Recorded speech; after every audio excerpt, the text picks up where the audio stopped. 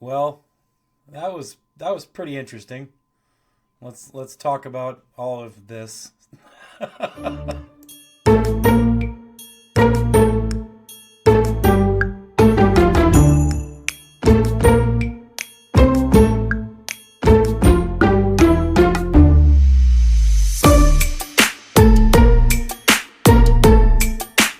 fans, thank you for checking out my channel. I appreciate it. I know this is a late video, but Chris Greer is like a gremlin, and he doesn't come out till after midnight.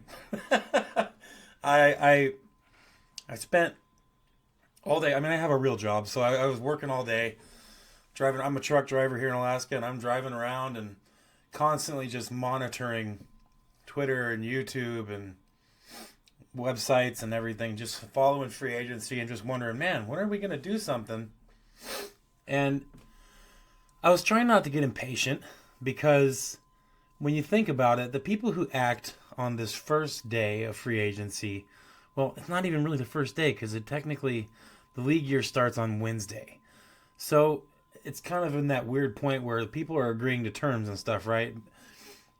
And I'm thinking we really need some things. I hope we get some stuff right off the bat. Some of the players that we need, and I'm telling myself not to feel that way because these contracts that we're seeing signed or agreed upon right off the bat, these are the ones that are usually slightly overpaying. These contracts are huge, and what you're going to see is usually, as the free agency moves on, that illusion that was given with, oh, this is what the market's going to be for so and so position. It's not quite as bad as it seems or as high as it seems. It's just some teams want certain players so bad that they're willing to overpay. Miami is not in that situation, and I recognize that. So I was telling myself, we can't overpay. We need to get good deals, smart contracts on these players that we're picking up. We can't just throw a wad of money at a certain player and be like, you get 55, 60,000 million, 100 gazillion dollars. We can't do that. So I was trying not to get too expectant during the first day of free agency, but lo and behold, things started happening after, most doors close. And that's because Chris Greer is weird. And that's the nicest way I can put it. However, moves were made. And we got to talk about some of this because already Twitter and Facebook and YouTube and everybody's just freaking out about some of this stuff. And I want to clarify some things. And basically, this is my attempt to convince Dolphins fans, just chill. Just chill a little bit. This isn't as bad of a situation as we thought. Now, I want to cover the one that made everybody's heads explode first. I'm sure you know what I'm talking about. And also I'm going to get into kind of what happened around the AFC East today as well. And I'm going to make more videos. This is going to be a busy week just because, there's going to be things probably every day. But this is kind of the first thing that I wanted to discuss. And I'm just going to... Oh, there it is. Zach Wilson. Let's talk about this before everybody freaks out. Okay? Just chill for a second. Quick cut there. My daughter decided to take a shower and didn't grab a towel. So, of course, the daddy's screaming down the hallway got my attention. I had to go take care of that. Zach Wilson, Zach freaking Wilson, the MILF hunter, Miami. If you live in Miami, go check on your mothers. Make sure they're okay. Keep them safe. Keep them away from Zach Wilson. The man is coming to Miami as our backup quarterback. A lot of people are pissed off. This is terrible. This is horrible. Why couldn't we get Sam Darnold? Why couldn't we get Justin Fields? Well, they wanted too much money. And if you watch my videos, I made a bunch of videos, and certainly a couple of them where I specifically stated that this was going to be a quarterback that was going to fall in the $6 million for a 2-year range. That's exactly what this contract ended up being. So I was 100% right on the contract without even knowing who the player was. I told you it was likely going to be a 2 or 3 year contract for $6 or $9 million. It ended up being a 2-year contract for $6 million. Zach Wilson is not a very good starting level quarterback. However, I am encouraged by this. I want you guys to think about this for a second. I'm not saying Zach Wilson is the second coming of our Lord. I'm not saying that he's going to save the day. But he very well could save the day in a situation where, say, Tua gets injured. Where you have a 2, 3, or 4 game stint where we don't have our starting quarterback. And we need someone to come in who can make some passes and make some plays and win us a couple games. Zach Wilson is that quarterback. Now, follow me here. He went to New York out of college and played for the New York Jets. In those years that he was with the Jets, he was running for his life 99% of the time. Sprinting for his life. In a situation that is a dumpster fire. You say what you want about Miami, but the Jets are a dumpster fire. Everything is so toxic with the New York Jets that I would venture to say it's almost impossible for any quarterback to succeed at that position with that team. And we'll see, because Justin Fields just signed a contract with the New York Jets. So we'll see how that goes for them. But I'm willing to bet that whatever quarterback is starting for the Jets will still be the 4th worst quarterback in the AFC East. Mark my words. So moving on back to this Zach Wilson thing, he was in a very horrible situation. When Zach Wilson was with the Jets, he didn't have much. He didn't have protection. He didn't have weapons. He was in a bad position. And he failed. But did he fail as bad as Aaron Rodgers did? Nope. He did not do as bad as Aaron Rodgers did as quarterback of the New York Jets. Go look at stats if you don't believe me. If stats are your thing, go look. I'm not looking them up. I've already seen enough.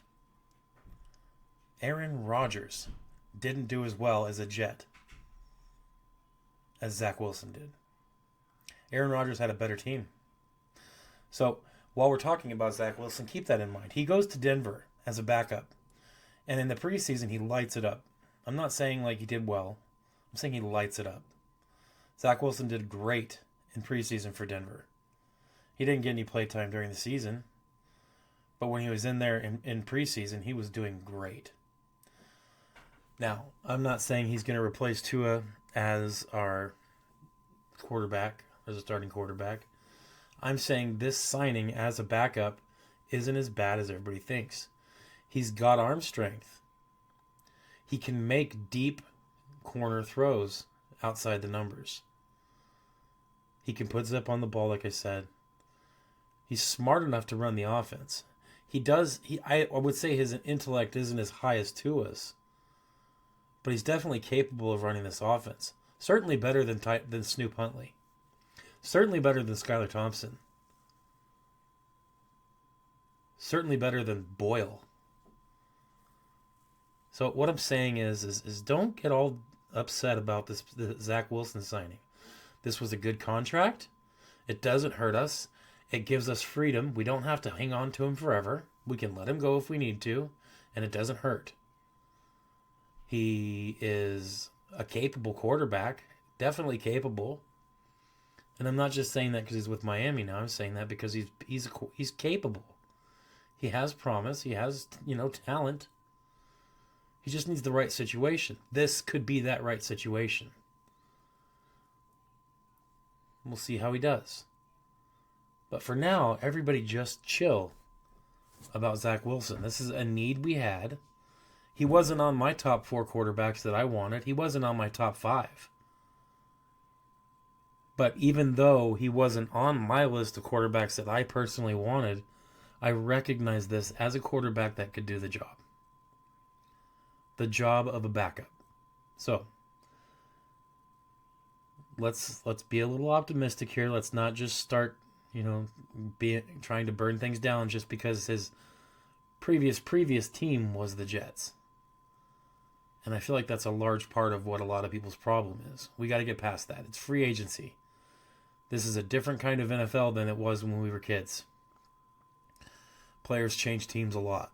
So, Zach Wilson, welcome to Miami. I wish you nothing but success.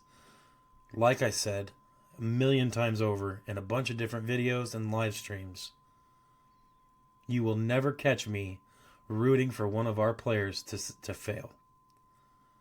I am always rooting for success for our players personally and as a team. So, Zach Wilson, welcome to Miami. I wish you success. I hope you do well. And try to stay away from everybody's mothers, please. Let's get into the next one. The next one is an interesting one. I'm going to do the best one. I'm going to do the best one last because I'm very excited about one of these. And of course, even with the one I'm excited about, certain people are finding things to whine and complain about. Y'all got to stop. Let's talk about the one that's a little less important, but also still is a good signing. Larry Borom plays for the Chicago Bears. This is a depth signing. This is not a starting tackle for us. But here is what I like about Larry Borom. 6'5", 335 pounds, an absolute monster of a man. He's a fighter. One of the things about him, and actually both the people that we signed, one of the things about this man is when he's on the field, even if there's no one to block, he will find someone to put hands on. He will find someone to put a body on and beat up. I love it. That's what a lineman's supposed to be. That's how I was taught. If there's nobody in front of you, you go find someone to freaking block, and you better do it fast. I remember all the way through the football that I played, no matter what level it was, if I got caught not finding someone to block, I was off the field. I didn't have the talent of some of the guys that I was playing against. So those little things like that, like the ability to go find someone to put down, that is the stuff that kept me on the field. This is that kind of guy. Now, he is not a starting level player. This is a depth signing for Miami. We need depth. And what did I say in some of the videos that I've been talking about? More than just depth, we need players that can play multiple positions. This is that guy. Larry Borom is a tackle. However, he is very, very fluent in playing guard. He can play either position at a decent level, at an NFL caliber level. He's just not a starter. Now, in the right position, in the right situation, he very well could. I'm not saying he's a starter. I'm saying he could if he had to, which is what a depth piece is. Somebody that can fill in when needed. This is the guy. I'm very happy about this signing. And if you go look at some tape of him, look at some stats and some of the things, yes, someone's going to always find something negative to say about everyone. I'm just not going to bother with it. I'm going to be real. I'm going to tell you exactly how I see it. This is a good signing. It's a quality signing for us. It's a very inexpensive one as well. I don't have the numbers on this contract, but as soon as it does come out, I'll let you know. But I would expect this to be literally no more than $1 million, $1.5 million. It's as far as the NFL money goes, this is chump change. So I wouldn't worry too much about money on this one. This is quality depth. This is a player that can improve. He's young. I like it. Welcome to Miami, Larry Borom. He's going to like the weather too. Oh, man. Yeah. After being in Chicago. Welcome to Miami, bro. I'm saying this from North Pole, Alaska. I wish I was in Miami. All right. So Larry Borom, that covers two of our signings. I should mention before I get to this last one, we did re-sign defensive tackle Matt Dickerson. He was already on our team. He joined halfway through last year and didn't play much. He was a practice squad depth player, but re-signing him I think was a good idea. It's not going to cost us hardly any money at all. $750,000 I think, nothing. But he has some talent and he has the ability to improve, and that's what we should be looking for. Players that work. Matt Dickerson does work hard. He's not up there in the upper echelon of players.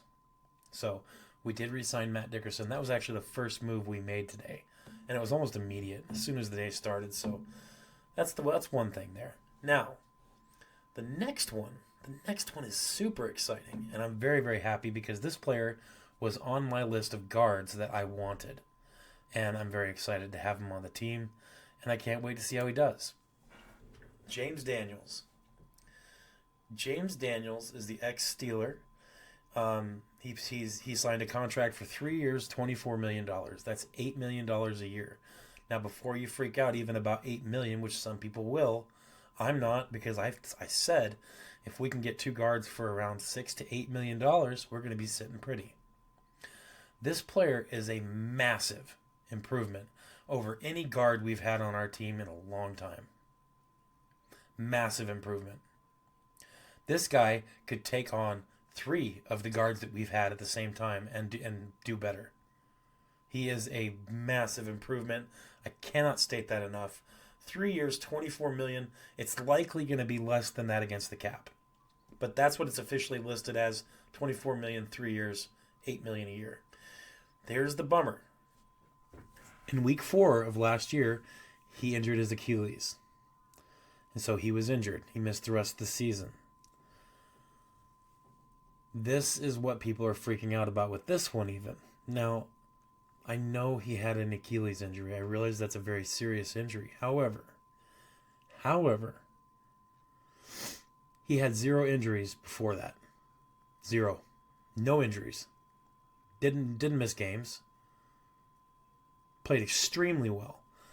The 3 games that he played the beginning of last season before he got his Achilles injury were his highest rated games in his career. He was playing lights out, dogging people, just absolute decimating people that he went up against. Could not play any better, I would venture to say, those first 3 games of the season. I know this because when I was watching some plays from the beginning of the year, back when the season was going on, I was like, who is this man? Because I really had no idea who he was. He caught my eye just watching highlights on SportsCenter. Because after every week, I would go and watch the ESPN play highlights of every game. And each highlight of every game is like 20 minutes, 22 minutes long. So there's a lot of plays in there. And it's just play after play after play. It doesn't show any commentary or anything like that. It just shows the plays.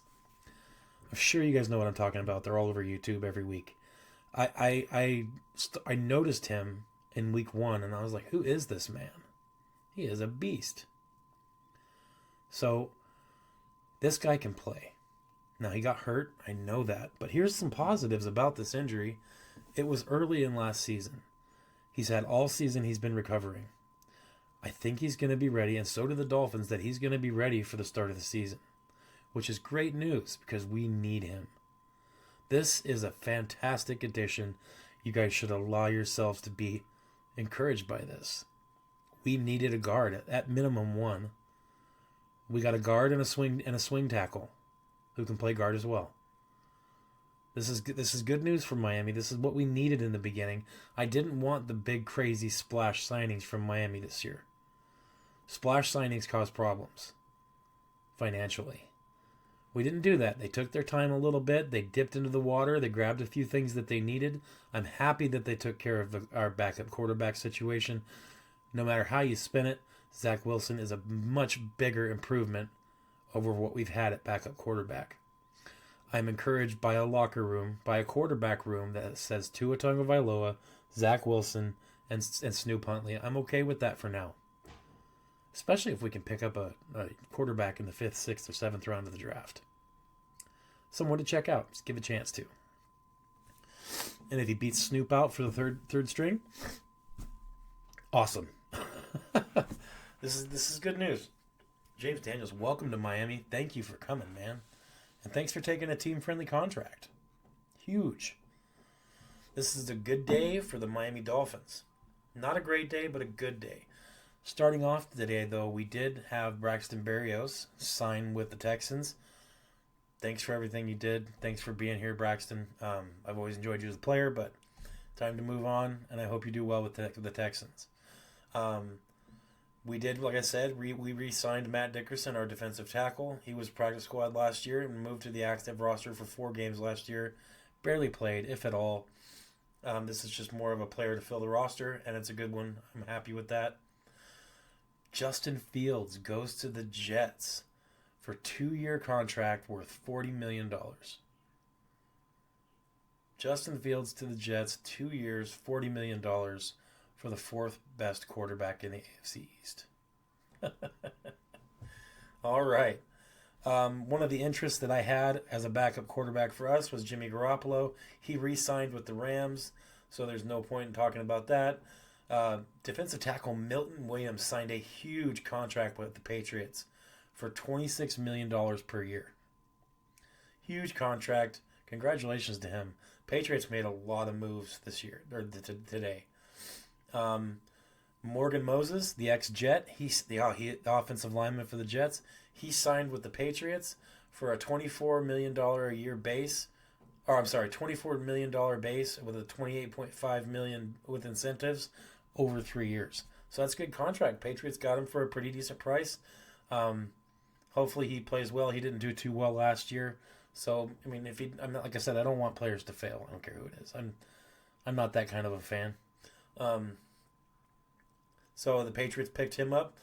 DJ Reed, the ex-Jet, he's an ex-Jet now. He signed with the Lions. Former Lion Carlton Davis III signs with the Patriots for 3 years, $60 million, $20 million a year. The Jets let Hassan Reddick sign with the Buccaneers, so he's gone out of the AFC East. Didn't do anything while he was here anyways. Sayonara, buddy. The Bills signed ex-Charger Josh Palmer, the wide receiver from Los Angeles. 3 years, $36 million, $12 million a year. Whew, man. It's one of those days where there was a lot of action. And there was other things that happened. Those are just some notes that I had that I thought were worth mentioning. Like I said, the Jets are still kind of a dumpster fire. They're trying hard to fix some of their issues, and if we were Jets fans, we would be hoping that would happen. We're Dolphins fans, and we're hoping that we fix our issues. So, all these teams in the AFC East are working on getting better for next year, and the Dolphins need to keep pace. So, starting out by getting a guard, a swing tackle, and a backup quarterback that directly addresses a few of our needs, and I'm encouraged by it. I'm satisfied with what we've done so far. I'm not satisfied as a whole. Obviously, there's a lot more things we need to do, but this was a fantastic start to putting us in a position to go BPA for the draft. We just need to keep progressing through this, maybe work out a couple small restructures, and get us into a position with maybe $15 million more dollars. Before today started, we were at $25 million in cap space, and we still have some money. And like I said, once those contracts come out and we actually see what is actually going to count against the cap for these signings, then I'll know a little more. Because like I said, the Zach Wilson contract likely will be $3 million this year and $3 million next year. I think it's mostly guaranteed. No incentives, I think. Like I said, we'll see. But the James Daniels contract is definitely going to have some incentives, and that'll affect the cap, and what we take out of the cap every year. So we'll see how all that pans out, and I'll make a video about that as it affects the cap later on once we have exact numbers. But for now, be encouraged. We still have some money to work with, and we still have needs. So we cannot be the negative Nancy fans. We just can't. I know it's hard. I understand. We're jaded. I get it. As Dolphins fans, it's hard. But if we want our team to be dogs, then we got to be dogs too, as fans. So let's be dogs.